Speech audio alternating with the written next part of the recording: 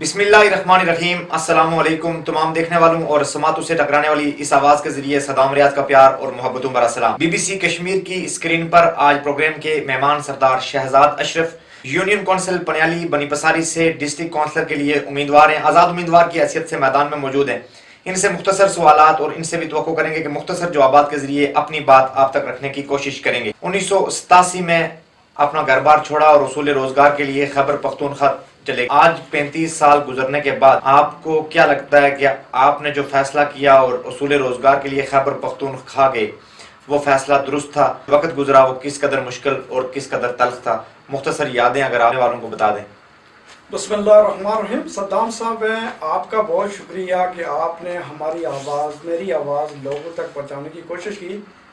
میں 87 میں چلا گیا تھا KPK دیر اپر میں ہمارا بزنس تھا، تو انتہائی مشکل حالات تھے، تو اللہ نے کیا کہ رفتہ رفتہ بہتر ہوتے گئے۔ اور اس کے بعد 91 میں نے میٹرک کی سوات بورڈ سے، اور میں 35 سال عرصہ وہاں پہ گزار کے آیا۔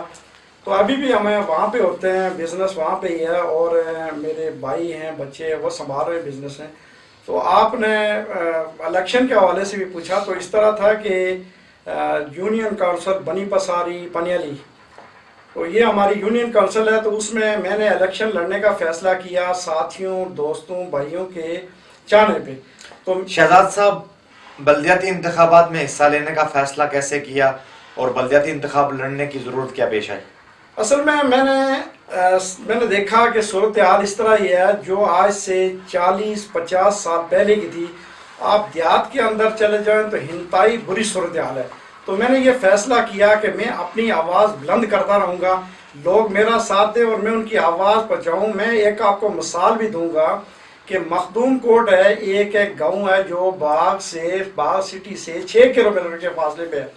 وہاں چلے جائیں تو آثار قدیمہ جس طرح ہوتا ہے کہ 100 سال پچھلی تاریخ ہے، اس طرح کے لوگ وہاں سے زندگی بسر کر رہے ہیں۔ اب میری یہ خواہش تھی کہ لوگ مجھے ووٹ دیں، منتخب کریں، میں اپنی آواز ان تک پہنچاؤں، کام بالا تک پہنچاؤں کہ ان لوگوں کے مسئلے مسائل ہیں۔ مثال کے طور پہ وزیر اعظم صاحب ہیں، ہمارے اسی حلقے سے منتخب ہوئے، میری آواز ان تک بھی جائے کہ یہ لوگوں کے بہت سارے مسئلے مسائل ہیں، اس کے لیے توجہ دیں۔ دیکھیں یہ جو روایتی پارٹیاں ہیں، مثال کے طور پہ پیپلز پارٹی ہے، PTI بھی ہے، آئی ہے، ابھی مسلم لیگ نون تھی، کام اس طرح کہتے ہیں کہ ہوئے، کام بہت ہوئے، لیکن میرٹ نہیں ہوا، میرٹ پہ کام نہیں ہوئے۔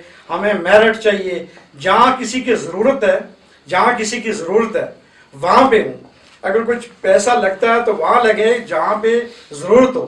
تو اس طرح میں سمجھتا ہوں کہ اگر لوگوں نے میرے ساتھ تعاون کیا، اور جس طرح میں الیکشن کمپین کے دوران نکلا کمپین میں، تو لوگوں نے مجھے بڑی فضائی بخشی، اور میں کوشش کرتا ہوں کہ انشاءاللہ ان کے اس اعتماد میں بھی پورا اتروں۔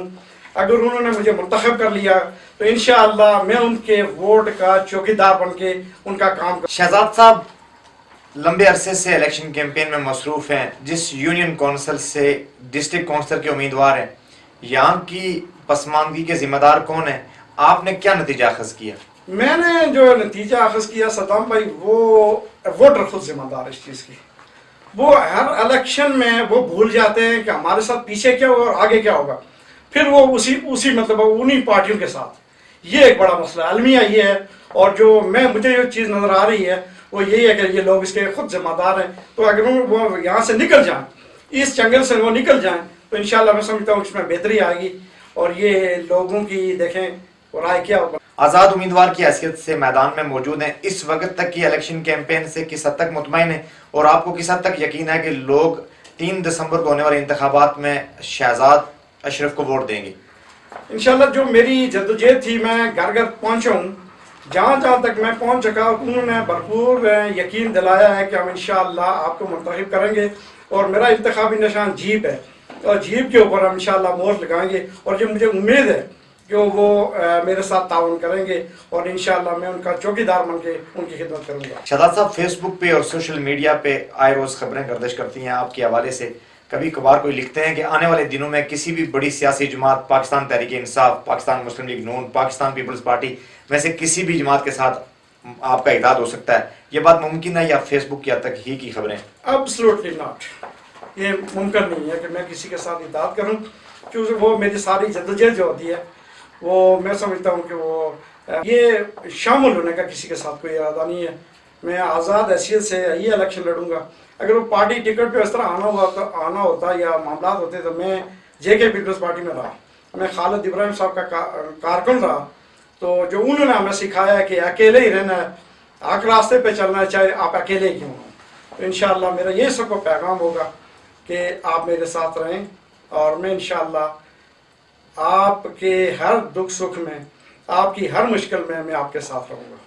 شہزاد صاحب، یہ بھی بات کہی جاتی ہے کہ ایک بڑی سیاسی جماعت نے آپ کو ٹکٹ دینے کے لیے رابطہ کیا، آپ نے اس پارٹی کے ذمہ داران کو انکار کر دیا، کہ یہ بات درست ہے؟ درست ہے، بالکل۔ وہ 11 آئے تھے میرے کہ آپ ٹکٹ لے لیں اور ٹکٹ پہ الیکشن لڑیں، تو میں نے انکار کر دیا تھا۔ جی، اور آپ کو کس حد تک یقین ہے کہ لوگ آزاد امیدوار کی حیثیت سے آپ ہی کا انتخاب کریں گے؟ مجھے یقین تو ہے، 70% مجھے لوگوں پہ یقین ہے کہ وہ مجھے منتخب کریں گے۔ آپ کی یونین کونسل میں جو کل وارڈز ہیں، ان میں سب وارڈز میں تقریباً کتنی بار الیکشن کیمپین کر چکے ہیں؟ میں تقریباً سب اسٹیشن پہ گیا ہوں اور ابھی بھی کیمپین کر رہا ہوں، میں ابھی بھی کیمپین پہ ہی ہوں۔ شہزاد صاحب، کیمرے کی آنکھ میں سننے والی ماؤں، بہنوں، بیٹیوں، دوستوں، یونین کونسل پنیالی بنی پساری کے سننے والوں کو پیغام دینا چاہیں تو کیمرے کی 3 دسمبر کو جیپ پہ مور لگائیں اور انشاءاللہ یہ ثابت کریں کہ ہم نہ جھکنے والے ہیں اور نہ بکنے والے ہیں، اور ووٹ بہت بڑی طاقت ہے جو ان کے پاس موجود ہے، وہ جیپ پہ مور لگائیں اور اپنی جیت کو یقینی بنائیں۔ اگر آپ کو موقع ملتا ہے تو کیا کریں گے اپنے کونسل کے لیے؟ اپنے کونسل کے لیے جو میں میرٹ پہ کام کروں گا، جہاں جہاں جس کی ضرورت ہے پہلے ضرورت ان کی ہوگی۔ اگر لوگ شہزاد اشرف صاحب آپ کا انتخاب نہیں کرتے ہیں تو آپ کا فیصلہ کیا ہوگا بعد میں؟ دیکھیں، میں نے اپنی جدوجہد جاری رکھنی ہے، یہ لوگوں کا فیصلہ ہے۔ اگر وہ کسی اور کو منتخب کرتے ہیں تو یہ ان کی سوچ ہو سکتی ہے، میں نے اپنی جدوجہد جاری رکھنی ہے۔